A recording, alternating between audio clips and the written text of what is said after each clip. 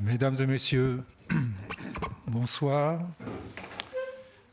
Je déclare la séance du Conseil municipal du 20 octobre 2021 ouverte. Je salue le public nombreux et ceux qui nous suivent sur les réseaux sociaux.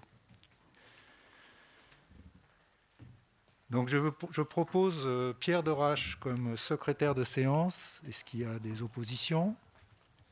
Non, merci. Donc, Monsieur Derache, vous pouvez procéder à l'appel, s'il vous plaît. Bonsoir, mesdames et messieurs. Je procède donc à l'appel. Philippe Sainte-Rose-Fonchine. Présent. Catherine Séguin. Présent. Marc Bazalgette. Catherine Leroll. Pouvoir à Monsieur le maire. Michel Dissot. Alette Corsin. Pierre Forêt. Présent. André Marquer. Jean-Luc François. Présent. Huguette Lacroix. Evelyne Irel. Christian Pertici. Jean-Michel Battesti.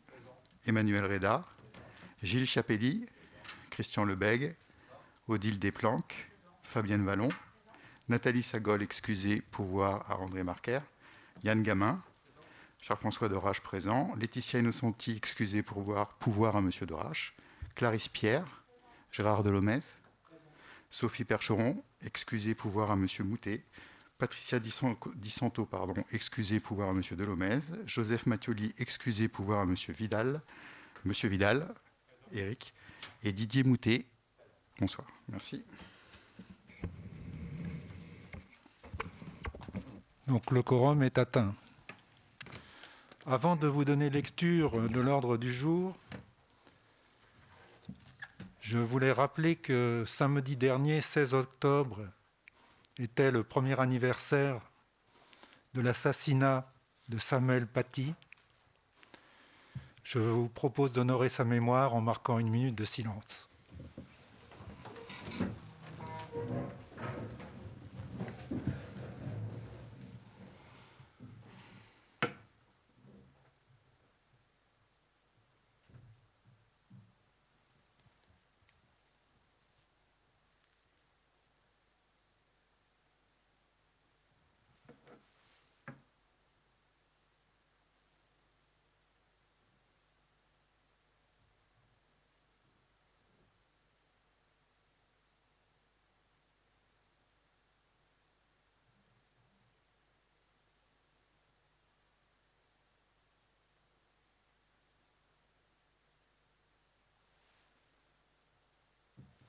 Je vous remercie.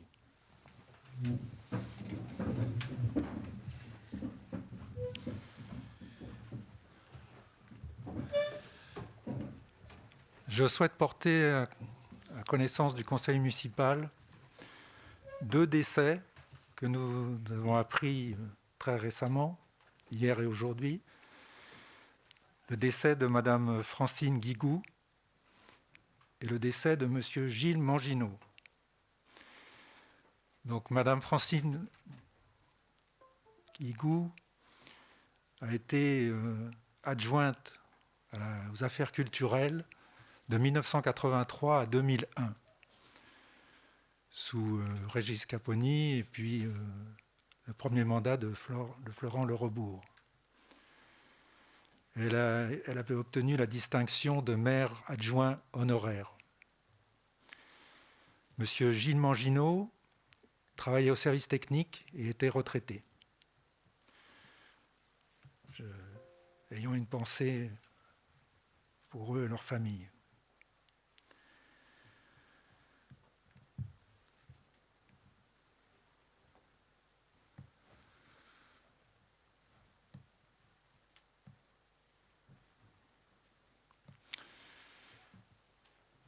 Donc aujourd'hui, nous avons les services techniques qui sont fortement représentés. Et je souhaite accueillir Magali Long, qui nous a manqué. Merci Magali. Notre nouvelle DGS, comme vous le savez. Donc je vous donne lecture de l'ordre du jour. Délibération 068. Projet alimentaire durable. Convention avec la Direction régionale de l'alimentation, de l'agriculture et de la forêt. 69. Plateforme numérique, convention avec la Caisse des dépôts et consignations. Délibération 70. Manager de commerce, convention avec la Caisse de dépôts et consignations. 71. Rapport annuel sur la concession gaz, exercice 2020. 72. Reliure des actes, adhésion au groupement de commandes coordonné par le Centre de gestion de la fonction publique territoriale des Alpes-Maritimes. 73. Tableau des effectifs, mise à jour au 21-10-2021. 74. Formation, convention avec l'Avenir de Grasse. 75. Plan local d'urbanisme, bilan de la mise à disposition du public et approbation de la modification simplifiée numéro 1. 76. Désaffectation et déclassement d'une emprise de 64 m² issue du domaine public, délaissée de voirie, avenue de Pégros. 77. Cession d'une emprise de 64 m² issue de domaine public communal au droit du 161 avenue de Pégros à M. Fabien Grasset. La 78, désaffectation et déclassement d'une emprise de 211 m², délaissée de voirie, ancienne voie de chemin de fer de Provence, secteur Bléjarde, et d'une emprise de 84 m², délaissée de voirie RD 2562, secteur Bléjarde aussi, soit une surface totale de 295 m² issue du domaine public. La 79, cession de 2 emprises issues du domaine public communal d'une surface totale de 295 m² au droit du 167 avenue de Boutigny à la coopérative agricole et horticole de la vallée de la Siagne et des coteaux environnants, gamme vert. Et en 80, c'est une motion contre le projet de contrat État Office national des forêts 2021-2025. Puis nous aurons 6 questions orales. Avant de soumettre le procès-verbal de la séance du 7 juillet 2021 à l'approbation du conseil municipal, nous voudrions apporter un certain nombre de précisions qui avaient été demandées au cours du conseil municipal du 7 juillet. Et je passe la parole à Michel Dissot. Michel.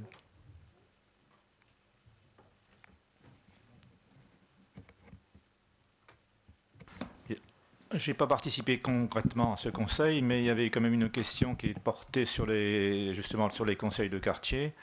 Et pour l'année 2021, donc pour le budget des conseils de quartier, en fait, ça a été englobé dans le chapitre des cérémonies. Et en réalité, pour l'instant, il n'y a aucune dépense concrète qui sont faites, puisque les conseils du quartier ont démarré le deuxième semestre, compte tenu de la situation sanitaire. Pour l'instant, les seules dépenses que nous avons engagées sont une banderole et quelques boissons pour la mise en route des conseils de quartier.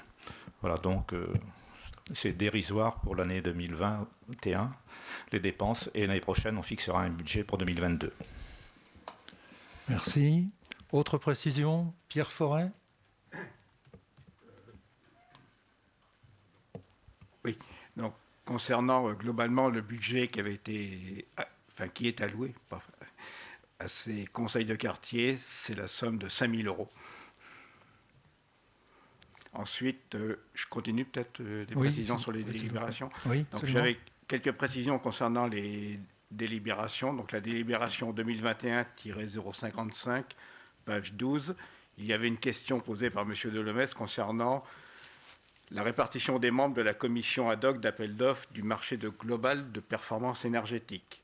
Donc la liste des membres permanents, je vais vous la communiquer. Donc le président, c'est M. Jean-Marc Delia. Le membre de la CAPG représentant à cette commission, c'est M. Jean-Marc Macario, et son suppléant est M. Christian Ortega.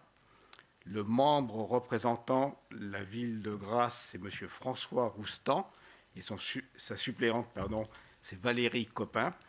Et le membre représentant la commune de Péménade, c'est Marc Bazalget, et son suppléant, Pierre Forêt. Merci. Je crois que vous avez une autre précision. Donc c'était la délibération 2021-056, page 14. Ça concernait l'installation des nouveaux panneaux que l'on appelle Pisoni. Donc il y a une question qui était posée concernant la redevance de 2% appliquée sur le chiffre d'affaires. Donc je vais vous donner quelques précisions. Donc pour l'instant, pour les 14 panneaux qui sont actuellement installés, la société Pisoni prévoit un chiffre d'affaires annuel de 25 200 euros, soit une redevance annuelle variable de 504 euros. C'est donc les 2% du chiffre d'affaires, ce qui représente 5 040 euros pour 10 ans.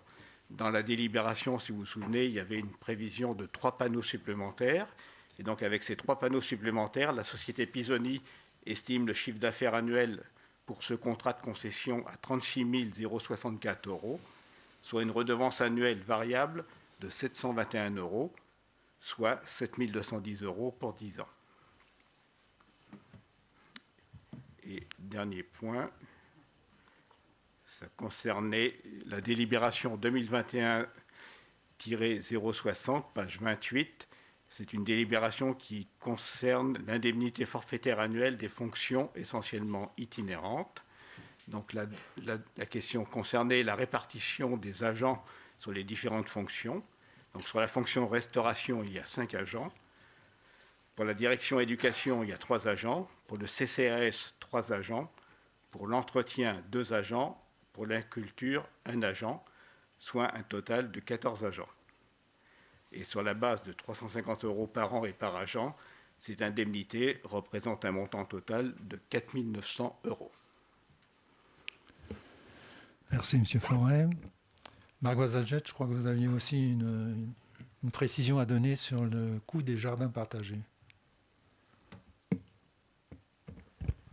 Oui, alors le coût des jardins partagés, donc il est le montant du projet est de 60 391 euros. La part communale étant de 48 000 euros, on a touché donc une subvention de 11 913 euros.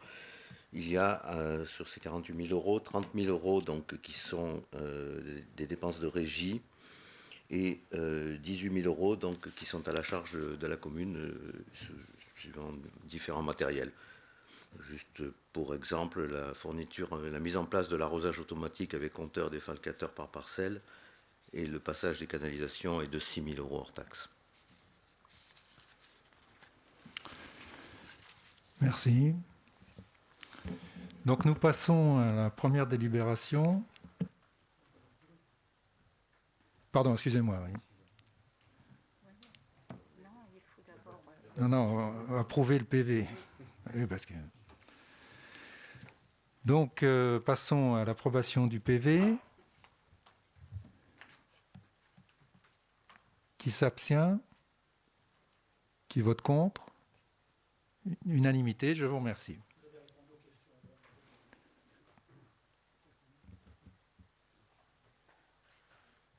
Très bien.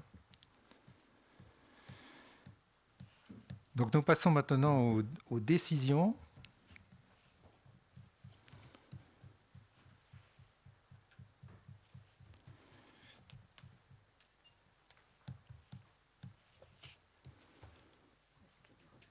Alors, est-ce qu'il y a des remarques sur les décisions? Oui, M. Delomès, vous pouvez activer? Oui, merci. Oui, deux observations sur la décision numéro 35. C'est presque anecdotique, mais enfin quand même, ça mérite d'être dit. Oui. Je pense que faire une convention avec la 4G pour un prêt d'un véhicule, un vélo électrique, pour 120 agents, pour une durée de 2 mois, je pense que c'est ridicule. Que si on veut faire une expérience, il faut la faire de plus grande ampleur. Mais là, un vélo électrique pour une durée de 2 mois, mois d'octobre au mois de novembre d'ailleurs, je considère ça comme vraiment, je dirais, comme ridicule. Bon, enfin, bon, ça c'est anecdotique. Par contre, sur la décision 36, alors elle appelle, monsieur le maire, 2 questions et une observation. Ça concerne donc la mise à disposition d'un local communal pour les restaurants du cœur. Ma première question, c'est de quelle maison s'agit-il? Et ma deuxième question, qu'est-ce que vous voulez dire par l'entretien courant supporté par l'association? Oui, très bien. Je passe la parole à Marc Bazalgette. Oui, en fait, il s'agit de la maison que l'on appelle Maison Duval, qui est un peu plus basse sur l'avenue de Gaulle. Et l'entretien courant, eh ben, c'est tout l'entretien, le ménage, si j'ose dire. Et c'est uniquement le local qui est en rez-de-chaussée, c'est-à-dire une ancienne cave qui a été réhabilitée. Mais l'eau, le chauffage, l'électricité, c'est à la charge de qui? Alors, les fluides sont à la charge de la commune. C'est plus que de l'entretien courant. Comme toutes les associations. Non, pas toutes.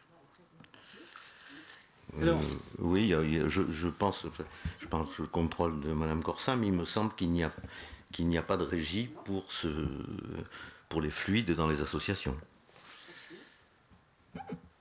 Alors, après mes deux questions, je vais faire une observation. La ville de Péménade comptait jusqu'il n'y a pas très longtemps 3 associations sociales ou humanitaires. Il y avait le Secours catholique, il y avait l'Entraide, il y a toujours l'Entraide, et il y avait aussi la Fondation Saint-Vincent-de-Paul. Depuis 2 ans, il n'y a plus que l'Entraide. 2 ans ou 2 ans et demi, il n'y a plus que l'Entraide.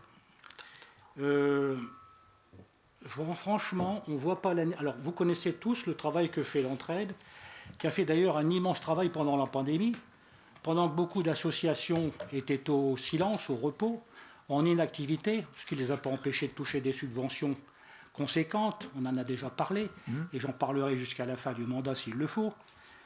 Voilà que cette association qui fait un travail considérable auprès des démunis et des nécessiteux de la ville, qui n'a pas vu sa subvention augmenter, aujourd'hui, vous lui mettez, je dirais, en concurrence avec les Restos du Cœur. On devine pourquoi, parce que cette association, évidemment, il y avait 2 membres de cette association qui faisaient partie de la liste Union pour Péménade, et que, je vais dire, la mesure qui est prise aujourd'hui d'installer les Restos du Cœur dans des locaux, alors qu'il y a plein d'associations qui attendent depuis des années pour avoir des locaux communaux. Voilà une association, les Restos du Cœur, qui n'existe pas à Péménade. Elle arrive, vous la faites venir et vous lui offrez des locaux. C'est quand même assez étonnant. Et c'est d'autant plus étonnant que l'entraide, normalement, vous devez déplacer l'entraide. Puisque dans le cadre de la ZAC, les associations qui siègent sur le square Le Bon vont devoir être relocalisées. Donc, franchement, cette manœuvre, parce que j'appelle ça une manœuvre, faire venir les Restos du Cœur pour quelque part faire ce que fait déjà l'entraide et qu'il le fait très bien. Elle a réussi, l'entraide, elle a réussi à avoir des partenariats, notamment avec Carrefour et avec Intermarché, pour avoir des produits en fin de consommation ou avant la limite de consommation pour les nécessités de la ville. Ils font à la fois de l'alimentaire, ils font de l'habillement, donc ils répondent vraiment aux besoins.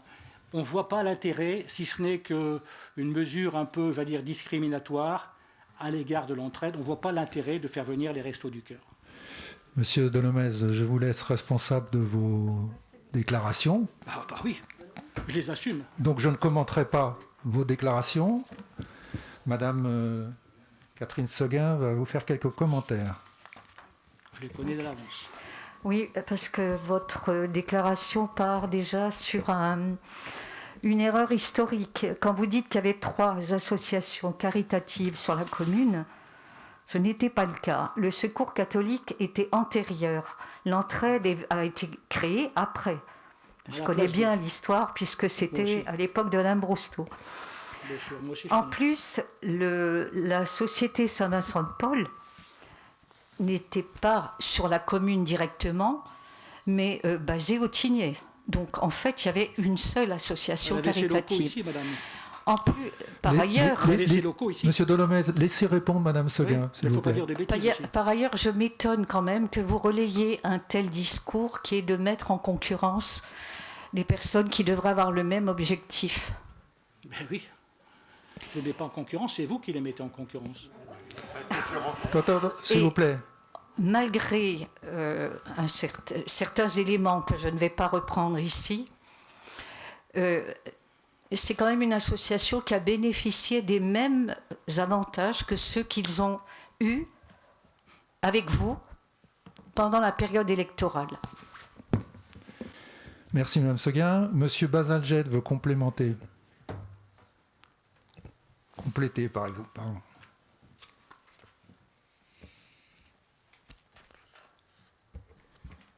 Oui, moi, simplement, je trouve particulièrement scandaleux ce que vous venez de dire. Oui. Et je suis vraiment, vraiment choqué que vous puissiez comparer des associations caritatives et parler de mise en concurrence dans ce domaine-là où on sait que de toute façon, il y a des besoins. L'entraide couvre une partie de ces besoins, c'est très bien. Les Restos du Cœur couvriront aussi une autre partie. Et s'il y en a une troisième, ça sera avec plaisir qu'on l'acceptera sur Péménade. C'est extraordinaire, c'est qu'on leur donne des locaux alors qu'il y a des associations qui en demandent depuis des années. Il me semble que l'entraide a des locaux aussi. Je ne parle pas que de l'entraide. Je dis il y a des associations qui demandent des locaux et qui existent dans la commune depuis longtemps et à qui on a toujours... demandé la parole.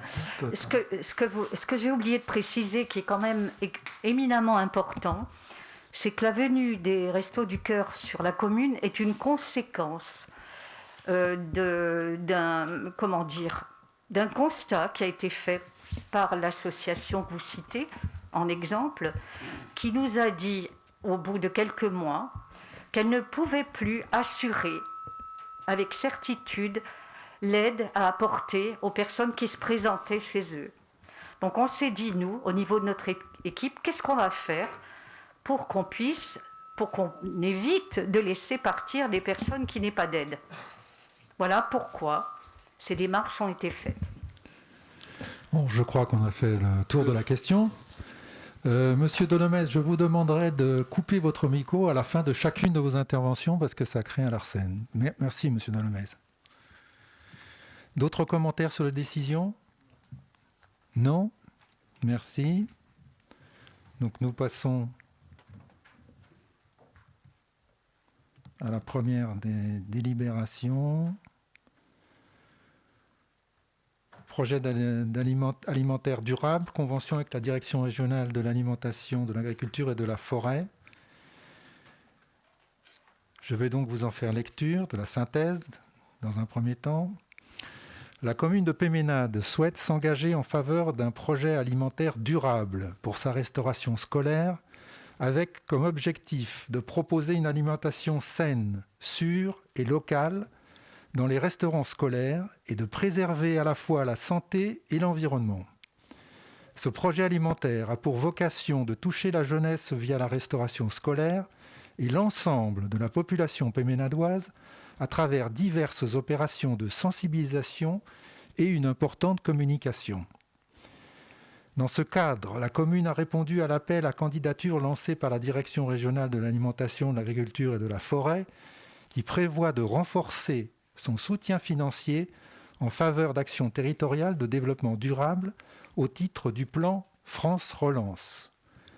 Le projet alimentaire durable de la commune a été retenu et une subvention d'un montant total de 144 389 € a été accordée pour la période 2021-2023. C'est pourquoi il est proposé au conseil municipal d'approuver les termes du projet de la convention si annexé que vous avez eu et d'autoriser monsieur le maire à signer la convention, etc. etc. Je voulais revenir quand même sur des points clairs, c'est que sur des considérants, savoir que la commune de Péménade est lauréate de l'appel à candidature lancé par l'État pour les projets d'investissement dans le cadre des projets alimentaires territoriaux, que la mise en œuvre de la mesure partenariat État-collectivité au service des PAT du plan de France Relance nécessite de fixer les modalités et engagements réciproques des parties dans le cadre de ce soutien financier de l'État accordé à la commune. Et donc, ça nous amène à considérer et signer cette convention. Est-ce qu'il y a des questions concernant cette délibération et la convention qui y est associée? Monsieur Delomez? Vous pouvez réactiver votre... Merci. Merci. Allez-y. Pas des questions, des observations. Bien sûr que nous allons voter cette délibération. J'allais dire, on a initié cette politique-là. D'ailleurs, vous le dites à la page 8, action 5, pérennisation de la lutte contre le gaspillage alimentaire en milieu scolaire. Pérennisation, ça veut dire que c'était déjà commencé. Vous dites que cette démarche a été initiée en 2017 avec la mise en place d'un protocole de pesée de restes alimentaires dans les 4 cycles. Cette démarche va amener une réduction de quantité produite, etc., etc. Donc pour dire que nous avions initié cette affaire, par conséquent, on ne peut que l'approuver. Par contre, je dirais que l'opposition, je ferai la remarque, l'opposition n'a pas été sollicitée pour faire partie du comité directeur, parce qu'on a lu, quand on lit tout le dossier, il y a un comité directeur dont vous faites partie, bien sûr, et l'opposition n'a pas été sollicitée pour éventuellement occuper un siège dans ce comité directeur. Première observation. Et deuxième observation, je note aussi, encore une fois, que vous avez inscrit dans ce comité directeur les Restos du Cœur qui viennent d'arriver, qui n'ont pas encore fait preuve de leurs compétences, et que vous oubliez l'entraide, qui, elle, a plusieurs années de compétences. Voilà mes observations. Je pense que la compétence des Restos du Cœur n'est plus à démontrer, monsieur Delomez. Localement, ça dépend aussi des gens qui sont sur place. Oui, mais je pense qu'on peut faire confiance aux gens qui sont des bénévoles dévoués, oui, monsieur Delomez. À l'entraide aussi. Mais je ne remets absolument pas en cause, moi, l'entraide. Alors que vous remettez en cause les Restos du Cœur. Pas du tout. Très bien. Est-ce qu'il y a d'autres commentaires, que ce soit dans l'opposition ou dans la majorité? Pas de commentaires. Donc nous passons au vote. Qui est contre? Qui s'abstient? Unanimité. Je vous remercie. Passons à la suivante, qui concerne le développement économique. C'est la plateforme numérique. Je passe la parole à Madame Alette Corsin. Bonsoir. Fin 2020, dans un contexte de crise sanitaire, l'État a confié l'action de soutien aux actions collectives de transformation numérique de l'économie de proximité à la Caisse des dépôts et consignations, qui s'est associé à la Banque des Territoires dans le but de financer des mesures de relance en faveur du commerce de proximité. Ces actions de transformation numérique s'inscrivent dans la démarche de développement durable engagée par la municipalité et répondent également à la volonté de développer la participation citoyenne sur le territoire communal et de dynamiser le commerce de proximité, fort d'un tissu économique local riche et varié. Ainsi, la commune a choisi de confier la création d'une plateforme numérique regroupant les commerces, les professions libérales, les hébergeurs et les associations à l'entreprise Visioline située à Grasse. La subvention accordée par la Caisse des dépôts et consignations par l'intermédiaire de la Banque des Territoires est de 4 895,80 €, soit 80% du coût total.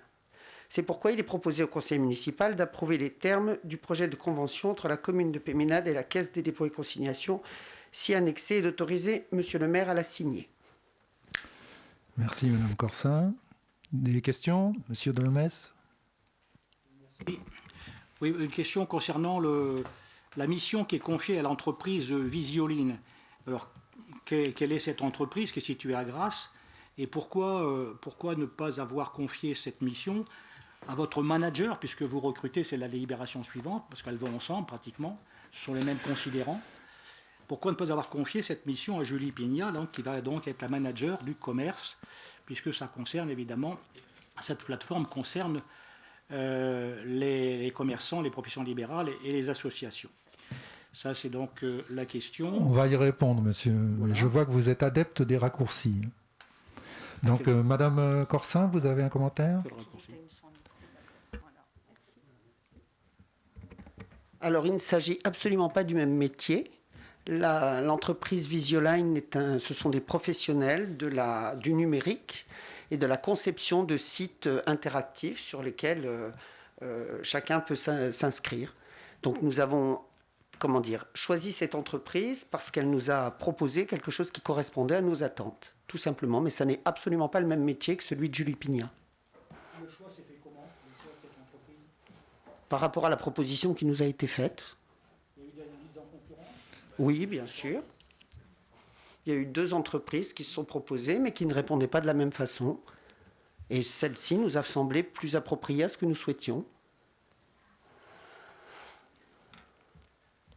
Vous aviez une autre question sur le même sujet, non?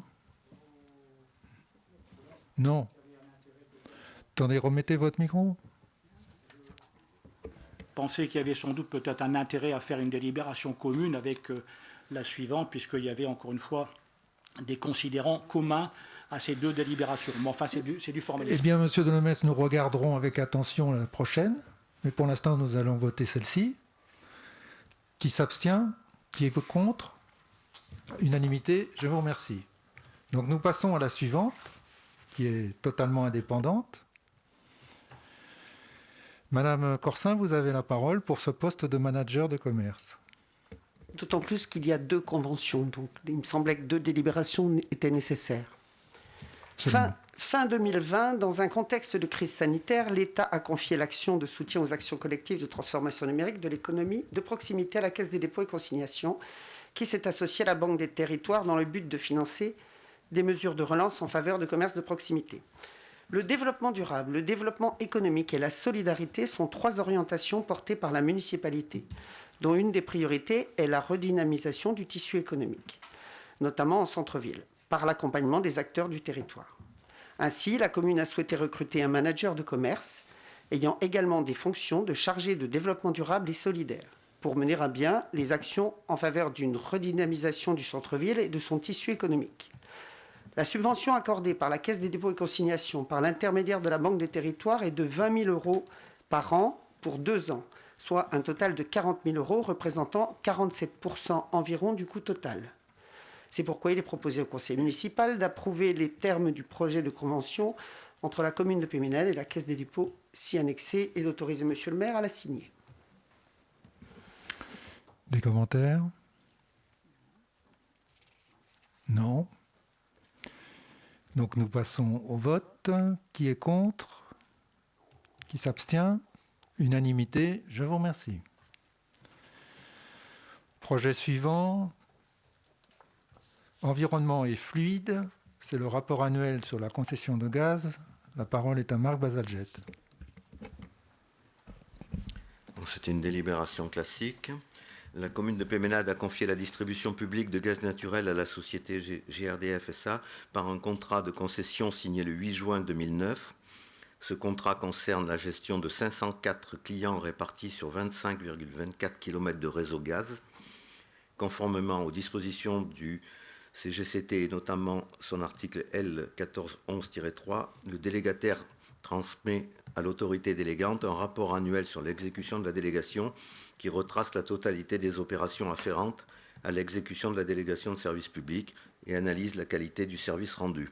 Le rapport a été présenté à l'autorité délégante le mercredi 29 juillet 2021 et il est proposé au conseil municipal d'en prendre acte.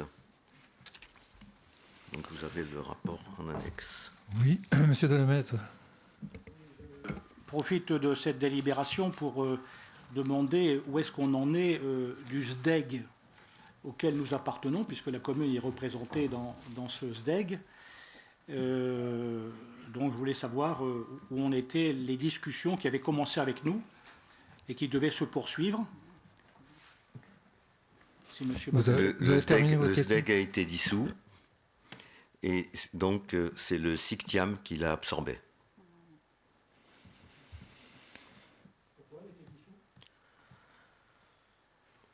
J'en connais pas les raisons. Oui, je suis membre, oui.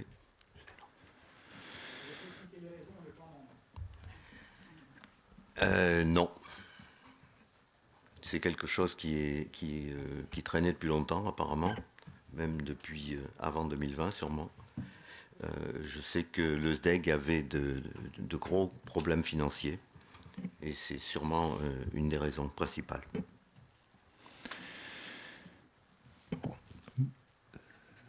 Bon, revenons sur notre délibération. En fait, c'est simplement une prise d'acte. Donc, s'il n'y a pas d'autres commentaires, je vous propose qu'on prenne acte de ce compte-rendu et que nous passions au projet suivant, la 72, qui concerne la commande publique, l'adhésion à un groupement de commandes coordonné par le Centre de gestion de la fonction publique territoriale. Monsieur Forêt, vous avez la parole.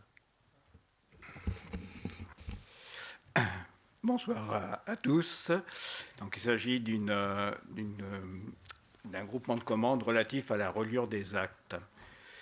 Donc, en vertu des dispositions du Code général des collectivités territoriales, l'article R 2121-9, les collectivités établissements publics ont l'obligation de faire relier les délibérations de l'Assemblée délibérante et les arrêtés et décisions du maire ou du président. Ces reliures doivent répondre à certaines exigences techniques précisées dans la circulaire interministérielle du 14 décembre 2010. Cette même obligation de reliure s'applique au registre d'état civil en vertu de l'article du 22 février 1968, pris en application de l'article 2 du décret numéro 68-148 du 15 février 1968. À cette fin, le Centre de gestion de la fonction publique territoriale des Alpes-Maritimes propose de constituer un groupement de commandes afin de répondre aux besoins des collectivités relatifs au marché de prestations de fournitures et de services dont les objets sont la réalisation de reliures administratives cousues de registres, la fourniture de papier permanent, la restauration des registres et de documents endommagés et ou anciens. Ce groupement de commandes permettant à chaque collectivité, d'une part, de se soustraire à une consultation individuelle et d'autre part, de garantir des prestations conformes à la réglementation à des coûts préférentiels, ce qui est important, bien sûr. Les modalités de ce groupement de commandes sont définies dans le projet de convention en annexé. Cette convention désigne le Centre de gestion de la fonction publique territoriale des Alpes-Maritimes comme coordonnateur. Il est précisé que cette mission ne donne pas lieu à rémunération. Le Centre de gestion est notamment chargé de procéder à l'organisation de la procédure de choix du titulaire des marchés de prestations de fourniture et de services. À ce titre, la commission d'appel d'offres compétente est celle du coordonnateur du groupement de commandes. La convention prévoit que les membres du groupement habilitent le coordonnateur à passer, signer, notifier et exécuter le marché au nom de l'ensemble des membres constituant le groupement. Les prix appliqués ainsi que les modalités de paiement des prestataires de services par l'ensemble des adhérents du groupement sont fixés dans le marché de prestations de fourniture et de services. Aussi, et compte tenu de la complexité des cahiers des charges techniques relatifs à la reliure des actes administratifs et ou d'état civil et à la restauration des registres, cette démarche s'inscrit dans une logique de simplification administrative et d'économie financière. C'est pourquoi il est proposé au conseil municipal d'approuver les termes de ce projet de convention de groupement de commandes et d'autoriser le maire à signer la convention constitutive de ce groupement de commandes. Des commentaires? Questions? Non? Bon, c'est relativement classique. Donc nous passons aux voix. Qui s'oppose? Qui s'abstient? Unanimité. Je vous remercie. Projet 73. La parole est toujours à Monsieur Pierre Forêt. Tableau des effectifs. Alors, nous sommes dans un classique qui est la présentation donc, du tableau des... Merci. Je recommence. Donc nous sommes dans une délibération, je dirais, assez courante, qui est celle de la mise à jour du tableau des effectifs. Et donc je vais vous lire la synthèse, puisque dans cette délibération, nous avons aussi fait un ajout qui est la création d'un nouveau poste. Mais je vous lis la synthèse. L'administration est amenée à mettre à jour régulièrement le tableau des effectifs pour tenir compte des mouvements et des évolutions nécessaires à l'activité des services. Les modifications proposées cette fois-ci portent sur les éléments suivants. Création d'emplois permanents afin d'anticiper des recrutements à venir. Création d'emplois non permanents dans le cadre d'un contrat de projet. Suppression des emplois créés par anticipation pour les recrutements ou les avancements. La liste et le nombre de postes sont présentés par filière, cadre d'emploi et grade, conformément à la réglementation applicable à la fonction publique territoriale. Il est proposé au conseil municipal de se prononcer sur la création, la suppression d'emplois et la mise à jour du tableau annexé à la présente délibération.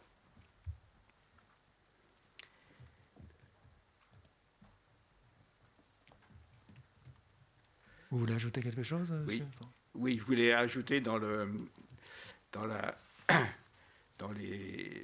plus de détails dans la création d'emplois. Donc il y a, pardon, faut que je me mette le truc donc dans la création d'un poste, donc il y a un poste de catégorie B qui est un poste qui est pourvu, je dirais, à la direction de la DCAG. Et il y a un autre poste, donc qui est un poste de contrat de projet, qui est un emploi non permanent, et donc qui répond, je dirais, à la création d'un contrat de projet pour le projet d'alimentation durable. Donc vous aviez dans l'annexe à cette délibération la description complète de ce contrat de projet.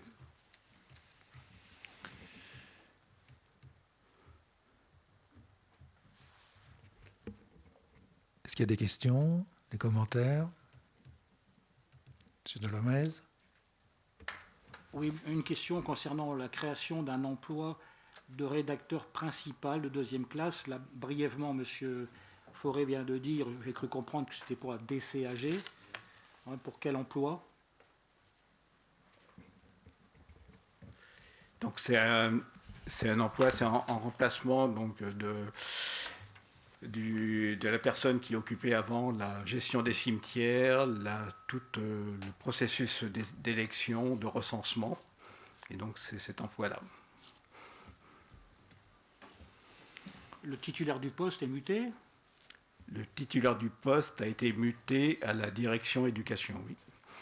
Ça fait suite à une réorganisation qui a été opérée.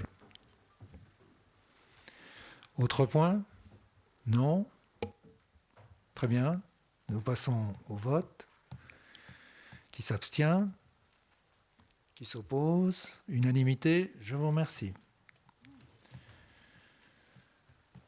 Projet 74, toujours sur les relations humaines concernant la formation, Monsieur Pierre Forêt.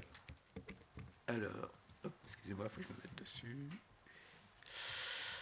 Donc, il s'agit de la signature d'une convention avec une association, je pense, hein, l'Avenir de Grâce, pour la formation au tir des policiers municipaux. Pour votre information, cette convention n'existait pas et donc nous avons dû la créer, donc la signer. Mais jusqu'à ce jour, elle n'existait pas.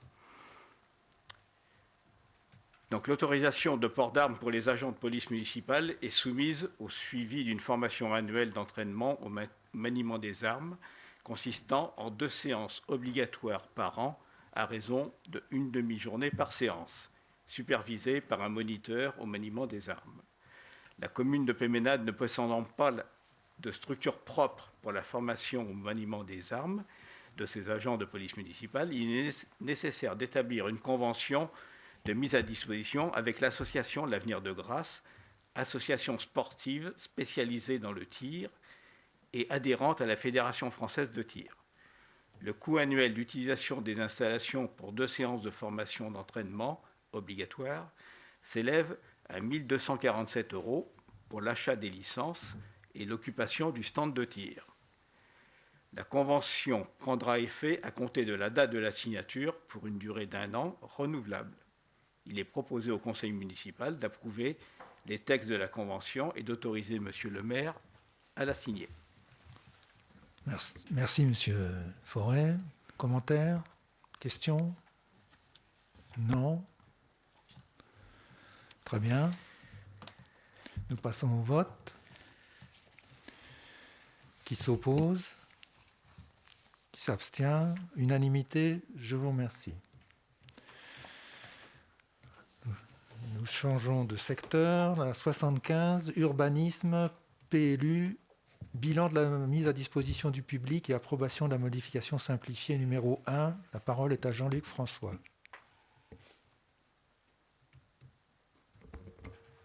Oui, bonsoir.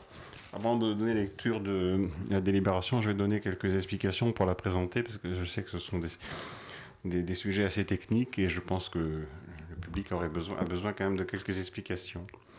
Alors, je rappelle donc que le projet Le Bon, même dans sa version antérieure, nécessitait de modifier le PLU, d'une part car le périmètre de la zone 1AU ne correspond pas à celui de la ZAC qui empiète sur la zone UA et une zone UM, et d'autre part car il fixait des restrictions architecturales incompatibles avec la créativité et le talent du cabinet d'architectes renommé qui a été choisi.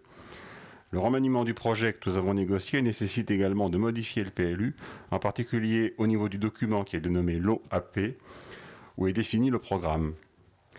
Une modification simplifiée a donc été entreprise et a fait l'objet d'une mise à disposition au public dont les modalités ont été définies lors d'un précédent conseil municipal.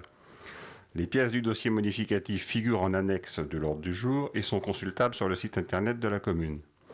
Pour résumer, je dirais que la question du périmètre de la ZAC a été réglée par la création de polygones d'implantation, que les règles architecturales ont été assouplies et que le programme a été mis en adéquation avec le projet actuel. La mise à disposition au public n'a donné lieu à aucune observation, mais les personnes publiques consultées ont toutes donné un avis favorable, parfois assorti de réserves. Le préfet s'est inquiété de l'incidence de la baisse du nombre de logements sur le nombre de logements locatifs sociaux pris en compte au titre de la loi SRU. Or, nous avons maintenu ce nombre, ce qui implique une augmentation du pourcentage qui est donc rectifié dans le document final qui vous est soumis.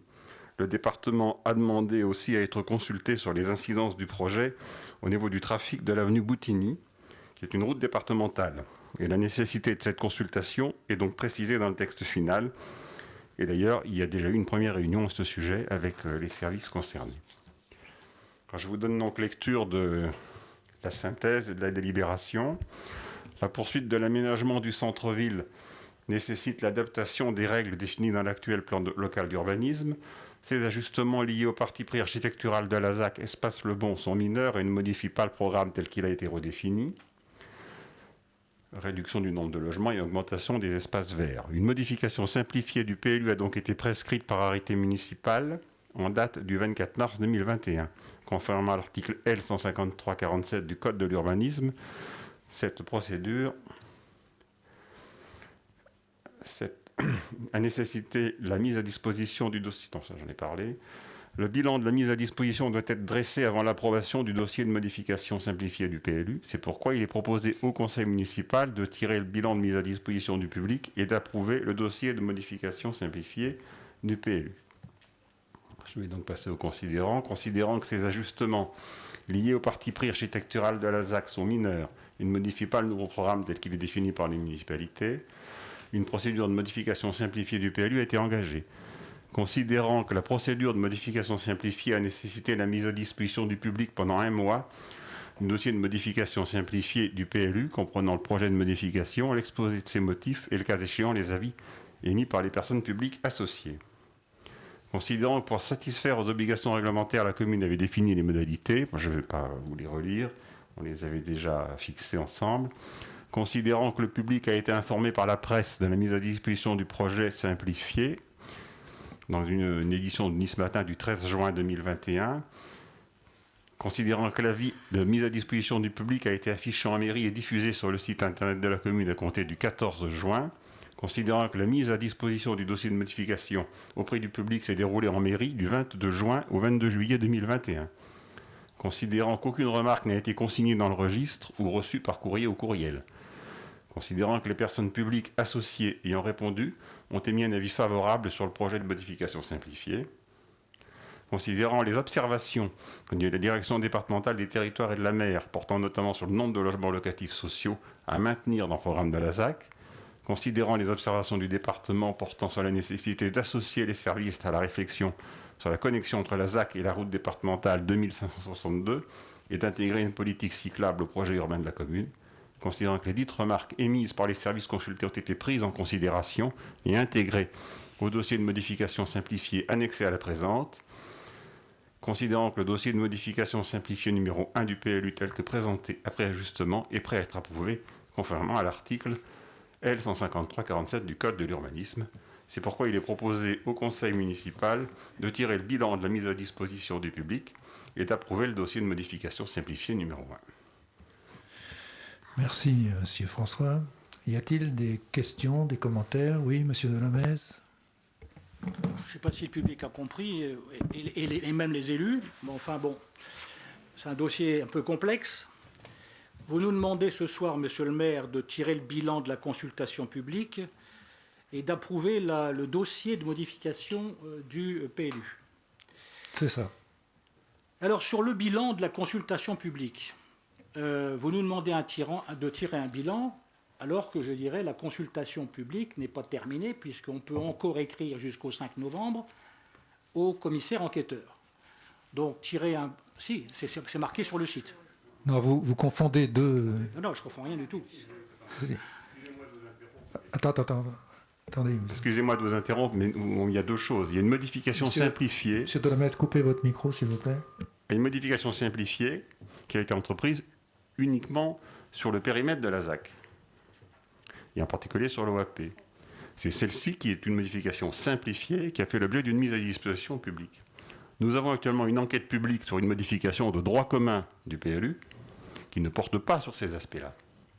Donc le commissaire enquêteur, il s'intéresse à cette modification de droit commun actuelle, qui fera l'objet de délibérations ultérieures. Voilà. Monsieur Delomez. Vous dites aussi que les personnes publiques associées ont donné un avis favorable. Vous le dites dans la synthèse, considérant que les personnes publiques associées ayant répondu et émis un avis favorable sur le projet de modification simplifié. C'est faux. Mais c'est faux et c'est archi faux. Il suffit de lire les avis des personnes publiques associées. Je prends la CDPNAF. Elle met un avis défavorable pour les dispositions relatives à la zone, je ne vais pas faire l'inventaire complet, non, mais quand même, je donne les avis. Oui. Pour les dispositions relatives à la zone naturelle, où vous avez prévu des constructions. La CDPENAF, dans son papier, fait aussi un certain nombre de recommandations. La DTTM fait 3 réserves sur les évolutions du règlement de la zone naturelle, qui ne sont pas conformes. Elle vous demande de revoir vos SAP, les servitudes d'attente de projet, qui ne sont pas motivées, qui ne sont pas motivées et justifiées. Elle vous demande de le faire. Elle vous pose la question, vous n'y répondez pas, elle vous pose la question de l'accueil des gens du voyage. C'est une problématique que vous avez sur le dos. Non, mais... Attendez, monsieur Delomez. Vos remarques ne soient pas intéressantes, mais elles sont hors sujet. Vous êtes en train de nous parler de tout ce qui concerne le modificatif de droit commun. Oui, mais attendez, vous mettez sur le site, vous mettez un rapport de présentation. D'accord ? À nous, vous nous donnez, aux élus, vous nous donnez une note de présentation. Comprendre la confusion dans laquelle nous sommes. Nous avons 2 procédures. L'une, modification simplifiée, qui porte uniquement sur la ZAC Le Bon. J'ai compris. Et une autre qui est en cours et qui continue, qui est en enquête publique, qui concerne la modification de droit commun. Donc toutes les remarques que vous me citez, elles se rapportent à la modification de droit commun. Elles ne sont pas en rapport avec cette modification simplifiée. Vous nous demandez l'approbation de la modification. Bon. La modification simplifiée numéro 1, pas la modification de droit commun. Alors, sur la modification simplifiée numéro 1, c'est-à-dire la ZAC Le Bon, on est d'accord ? Là, on est d'accord. Oui. Bon. Là, ce que vous ne dites pas, c'est quand même très important, parce que c'est un sujet qui fait beaucoup de débat, y compris avec vos amis, enfin avec ceux qui vous ont soutenu au moment des élections.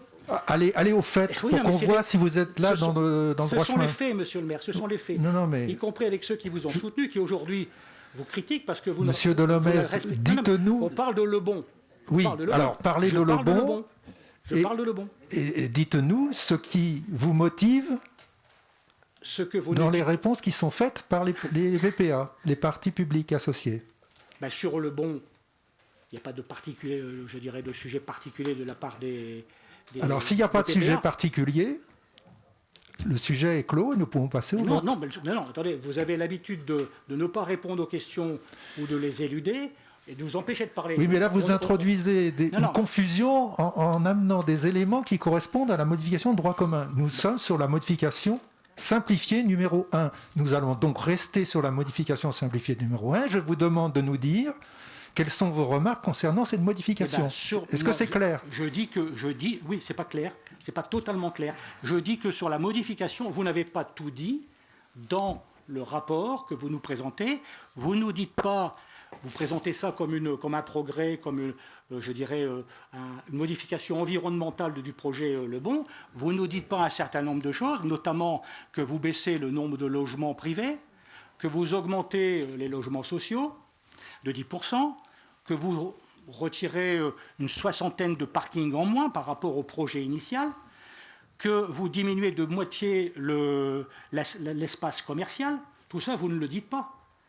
Que vous diminuez le nombre de villas, on passe de 10 ou 12 au lieu de 25, et puis enfin que vous augmentez, bien sûr, vous faites des modifications concernant l'architecture, vous autorisez des hauteurs plus importantes que celles que nous avions autorisées.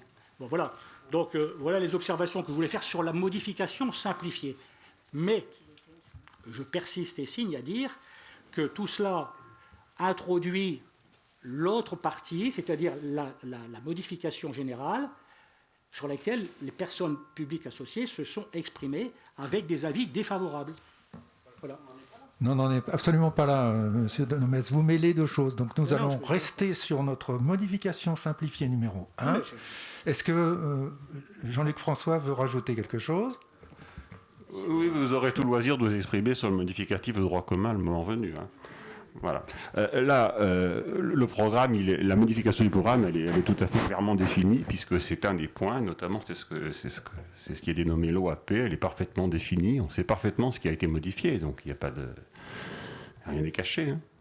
Vous pouvez être en désaccord avec cette modification, mais c'est celle que nous avions annoncée et c'est celle que nous avons faite, tout simplement.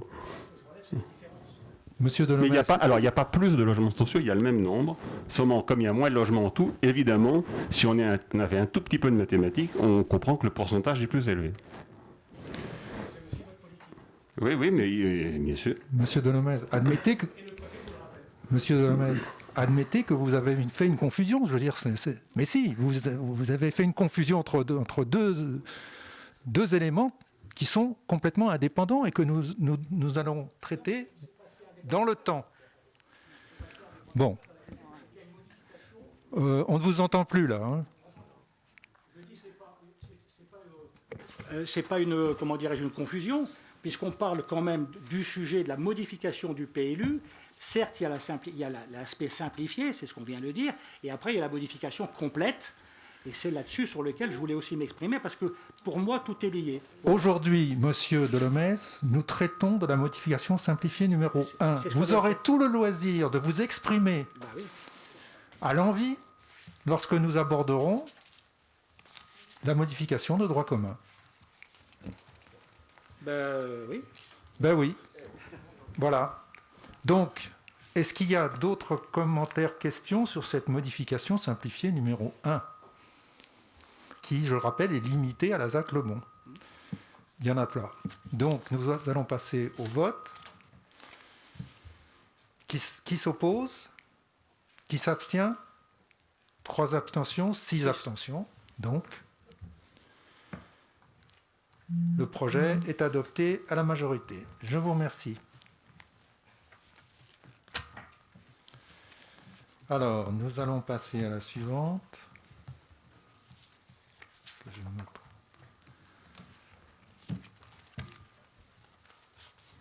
C'est la 76, toujours urbanisme, le foncier.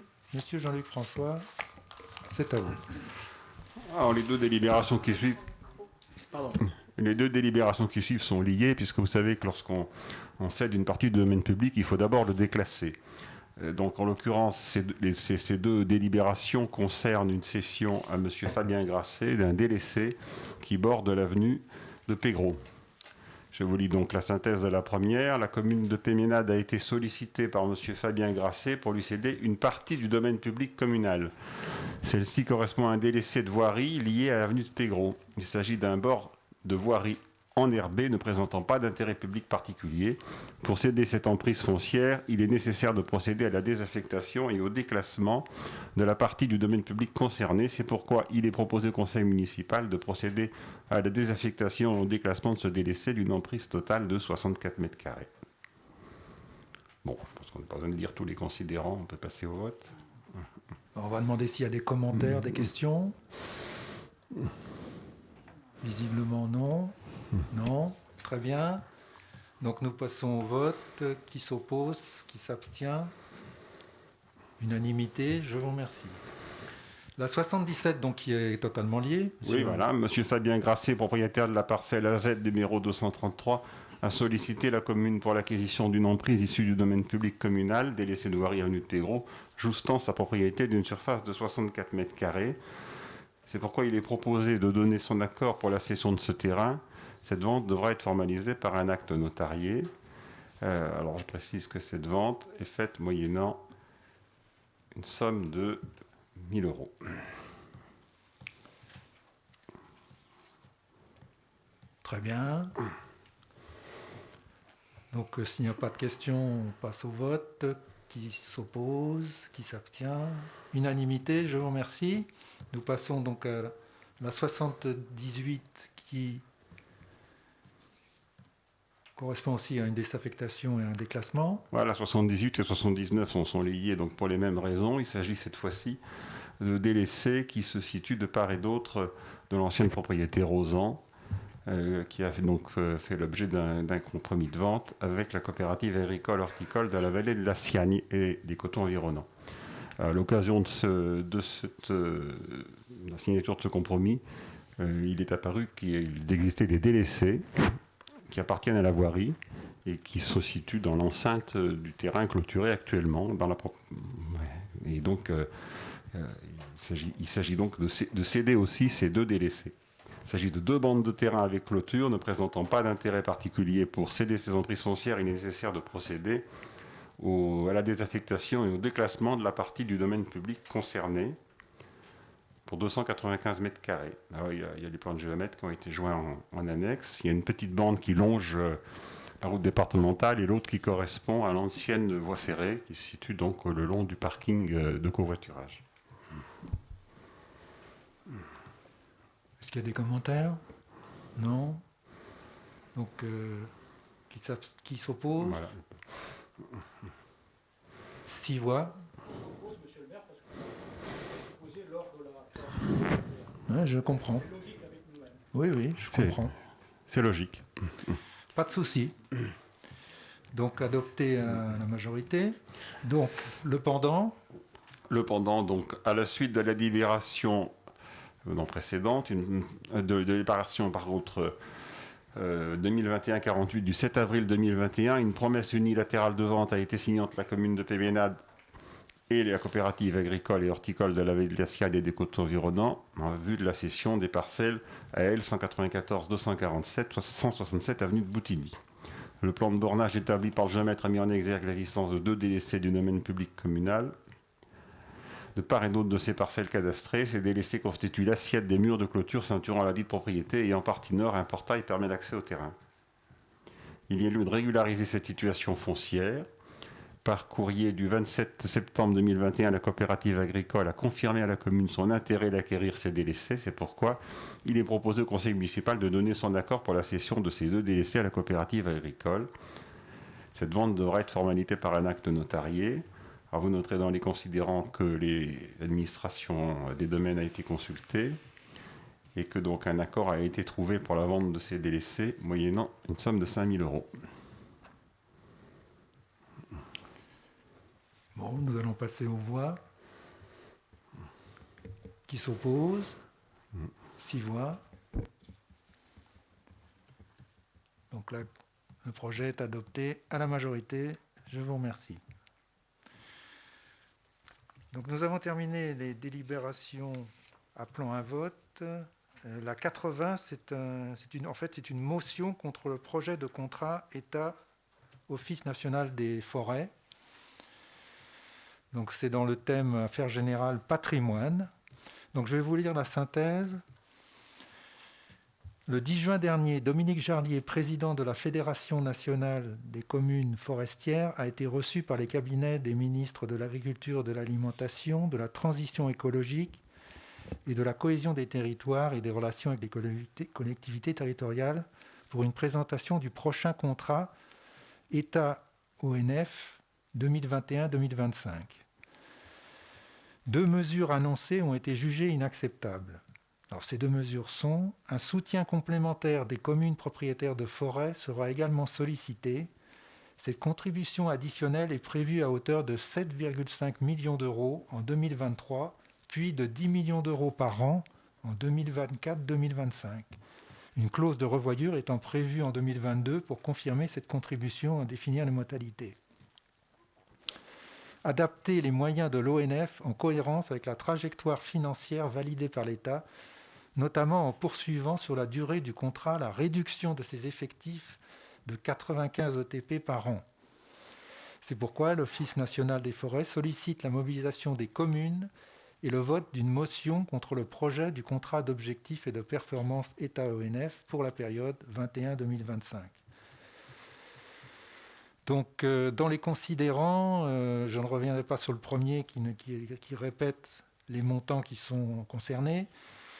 Cependant, il y a aussi considérant les impacts considérables sur les budgets des communes qui vont devoir rechercher des ressources nouvelles auprès de leurs citoyens, considérant le risque de dégradation du service public forestier dans les territoires en raison de projets de suppression de 500 emplois prévus dans le futur contrat, considérant l'engagement et la solidarité sans cesse renouvelée des communes propriétaires de forêts au service de la filière économique de la forêt et du bois en période de crise, notamment sanitaire, considérant les incidences significatives des communes propriétaires sur l'approvisionnement des entreprises de filière du bois et des emplois induits, Considérant les déclarations et garanties de l'État reconnaissant la filière forêt-bois comme un atout majeur pour l'avenir des territoires, la transition écologique et énergétique, ainsi que la lutte contre le changement climatique, c'est pourquoi il est proposé au conseil municipal, dans un élan de solidarité, d'exiger la révision complète du projet de contrat, d'exiger le retrait immédiat de la contribution complémentaire des communes propriétaires de forêts au financement de l'ONF, d'exiger la révision complète du projet, de demander que l'État porte une vraie ambition politique pour les forêts françaises, demander un maillage territorial efficient des personnels de l'ONF face aux enjeux auxquels la forêt doit faire face, et d'autoriser bien sûr le maire à signer tout document y afférent. Voilà, nous avons souhaité nous associer à cette motion. Est-ce qu'il y a des commentaires? Non? Pas de questions? Très bien. Donc nous prenons acte. Je vous remercie. Non, il n'y a pas de vote. C'est une motion. Oui, c'est vrai qu'on a indiqué, après en avoir délibéré, le conseil municipal décide. Donc nous allons voter. Qui est-ce qui s'oppose? Qui s'abstient? Unanimité. Je vous remercie. Donc l'ordre du jour étant épuisé, nous allons passer aux questions orales qui ont été déposées par le groupe Union pour Péménade. Alors nous les avons listées dans l'ordre d'arrivée, donc je vais vous proposer cet ordre-là. Donc nous avons reçu la question de M. Joseph Mattioli. Si vous voulez bien lire votre question, M. Mattioli. Oui, pardon, excusez-moi, je lisais mon texte.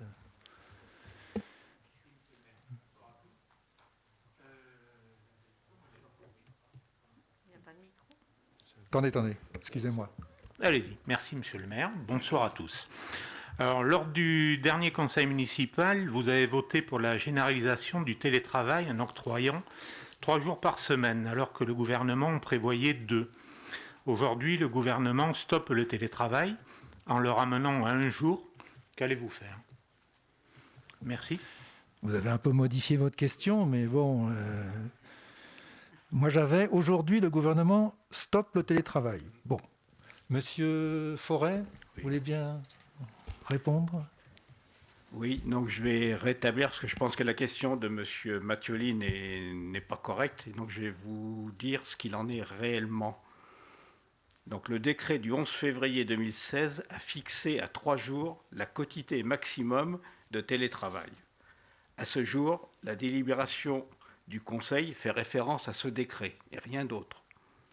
Votre question fait référence à la circulaire du 9 juin 2021 qui a fixé, dans le cadre de la crise sanitaire, la quotité obligatoire de 5 jours de télétravail à 3 jours à partir du 9 juin, puis 2 jours à partir du 1er juillet, et enfin la fin de l'obligation à partir du 1er septembre. Voilà la réponse. Merci.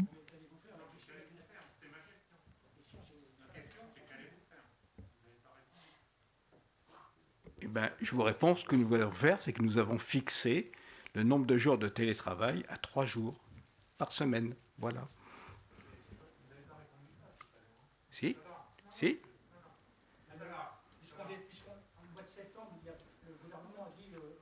Mais vous confondez avec le décret sur la crise sanitaire. Voilà. Le télétravail est géré par le décret du... Rappelle-moi la date, monsieur. Du 11 février 2016. 11 février 2016. Il y a le télétravail qui est lié à la crise sanitaire. Attendez, prenez la parole. C'est une chose. Puis après, il y a le télétravail de droit commun. On est d'accord. Bon. Mais dans la mesure où le gouvernement aujourd'hui, dans le droit commun, préconise une journée par semaine, on vous pose la question, qu'est-ce que vous allez faire puisque nous, on avait prévu 3 jours? Mais clarifiez au moins la position de la mairie là-dessus. Mais une journée par semaine, je ne sais pas où vous avez pris cette information. Aujourd'hui, le décret du 11 février 2016, qui est celui qui est en application, autorise une quotité de 3 jours par semaine. Là, vous faites référence avec les traités particuliers qui ont été votés au moment de la crise sanitaire. Mais depuis le 1er septembre, ces traités-là, ils ne sont plus actifs. C'est tout. Voilà. Oui, écoutez, voilà. Donc, chronologiquement, nous avons reçu une question de Patricia Di Santo. Donc, Monsieur Delemestre, je suppose que c'est vous qui allez poser la question, en ayant le pouvoir. Merci. Alors, où en êtes-vous du projet de salle de spectacle après l'abandon de celui de la mandature précédente? La parole est à Monsieur Mazaljet. Nous n'avons jamais parlé de salle de spectacle. Nous avons toujours parlé de pôle culturel. Dans un souci de développement durable et d'espace, nous réhabilitons les bâtiments existants dans la mesure du possible. Aujourd'hui, une étude de faisabilité est en cours sur un agrandissement de l'ex-salle d'Odé. Cette étude, qui nous sera remise fin d'année, début d'année prochaine, englobera la salle de spectacle, l'école de musique et la bibliothèque, ainsi qu'une réflexion sur l'aménagement de la Pinède. Merci. Chronologiquement, c'est la question de Sophie Percheron qui vient ensuite. Allez-y. Bonsoir à tous. Nous aimerions connaître le bilan des animations d'été, nombre de manifestations, dépenses, recettes et nombre de participants. La parole est à André Marquer. Oui, merci Monsieur le maire. Bonsoir à tous. Donc je vais vous donner les éléments de réponse, mais pour que ce soit cohérent, je vous propose de vous donner ces éléments qui vont porter sur une période élargie, parce que les animations d'été, c'était un petit peu flou pour cadrer ça. Est-ce que c'est juillet-août? Est-ce que c'est du 21 juin, 21 septembre? Bon. Donc je vous propose une période élargie qui va de la mi-juin à la mi-octobre, ce qui permet d'encadrer les principales manifestations qui ont eu lieu depuis la sortie en 4 étapes du 3e confinement. Donc, pour rappel, par rapport au confinement, nous avons dû faire avec quelques contraintes sanitaires. Je vous rappelle que le 9 juin 2021, c'est la date où le couvre-feu a été décalé de 21h à 23h. Il est demeuré actif jusqu'au 20 juin. Dès le 21 juillet, le pass sanitaire est devenu obligatoire pour accéder aux lieux de culture réunissant plus de 50 personnes. Voilà, ça c'est un petit rappel. Donc je reviens sur ma période de mi-juin à mi-octobre où nous comptabilisons donc 16 manifestations. Parmi ces 16 manifestations, 2 étaient non prévues initialement dans ce laps de temps, mais elles y figurent malgré tout parce qu'elles ont été déplacées à cause de la crise sanitaire où on ne pouvait pas les faire, donc elles ont été déplacées. Donc elles sont venues rejoindre les autres. Il s'agit de la journée Livres, mots et papier, ainsi que le festival Manga et Culture japonaise qui sont donc venus s'ajouter. Alors, parmi ces 16 manifestations que nous avons mises en œuvre, il y a eu 4 manifestations inédites.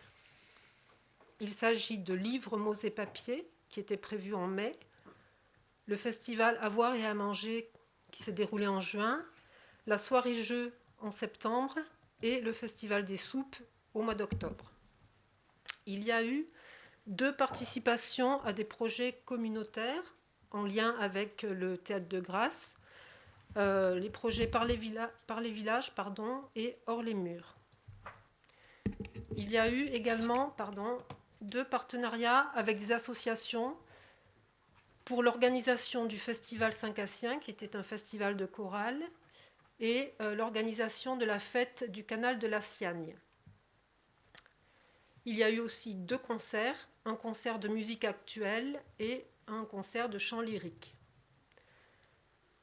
À ces 10 manifestations s'ajoutent 6 autres, pour faire 16, qui ont été reconduites. Il s'agit du concert de piano de Madame Mariko Izumi Chauvino et l'audition des élèves de l'école de musique, des 3 soirées estivales du département, de la fête de la ville avec le concert et le marché nocturne, du forum des associations, du festival de musique classique Le temps d'une note sur 2 soirées, et enfin le festival de manga et culture japonaise sur 2 jours.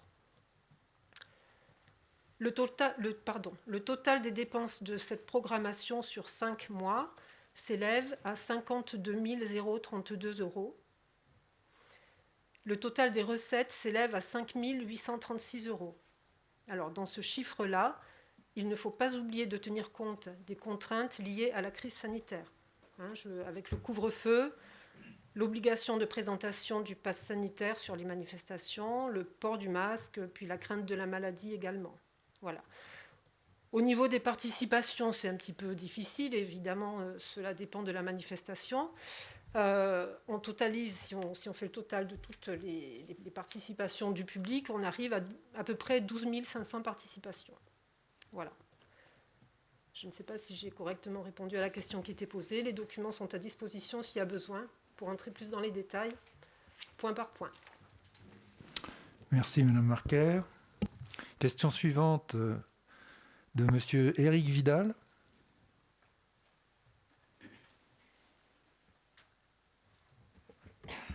Merci, Monsieur le maire. Combien aura coûté la réalisation du parc pour enfants du square Cauvin? Et quelles mesures allez-vous prendre pour éviter le squat du soir par les désœuvrés alcoolisés? Je vous remercie. Monsieur Bazalgette. Le développement durable est une préoccupation constante et un axe fort de notre politique. Cette aire de jeu a été conçue dans cet esprit.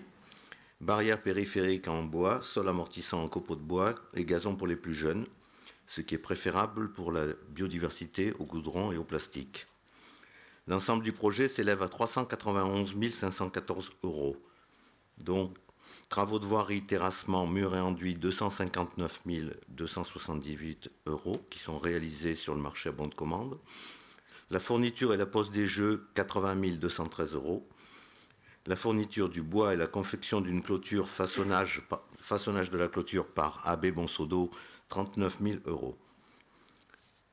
Et votre deuxième question, dans la même, il n'est pas prévu de système de vidéosurveillance dans les médias.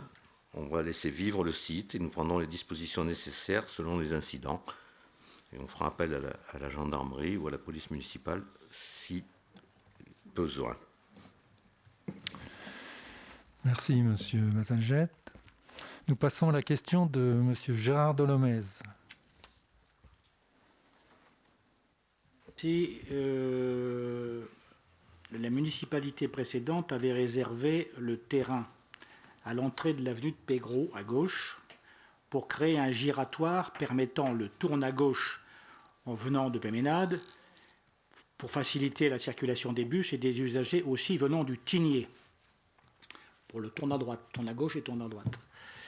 Le propriétaire du terrain, qui a acheté les terrains pour y construire des villas, a été autorisé à bâtir 3 villas. Il en voulait plus, d'ailleurs, au départ. Nous avons refusé et nous avons négocié, dans le cadre de l'octroi de ce permis de construire, la cession gratuite à l'euro symbolique de ce terrain qui permet l'aménagement et le tourne à gauche et le tourne à droite. Oui. Ça serait bien que vous vous limitiez au texte de votre question, oui. Parce que vous faites des commentaires associés. Non, je ne fais pas de commentaires. Ah non, je suis désolé. Moi, j'ai pas ça sous les yeux, je pense. Que... Ah ben, si vous voulez faire de l'école, du scolaire, il faut le dire tout de suite. Hein, je veux dire, non, mais une question, c'est une question. On n'est pas des élèves, on est des oui, élus, mais une question, c'est une question. Non, ben oui, voilà. Est-ce que j'ai dit autre chose? Oui. Ah bon, qu'est-ce que j'ai dit d'autre? Eh ben, vous avez parlé des terrains, je sais pas quoi. Enfin bon. Pas du tout. Écoutez, vous êtes allé au bout de votre question? Oui, je vous dis donc.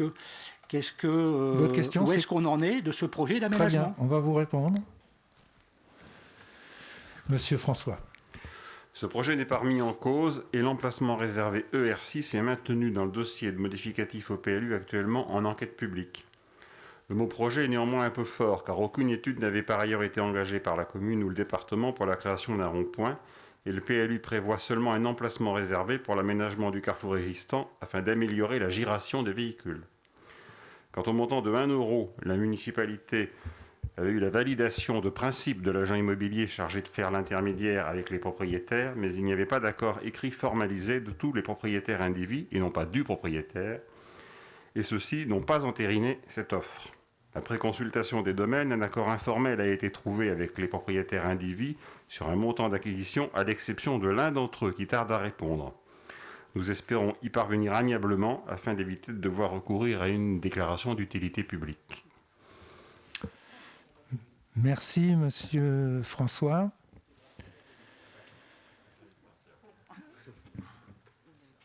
Bon, passons à la... Ah, pardon.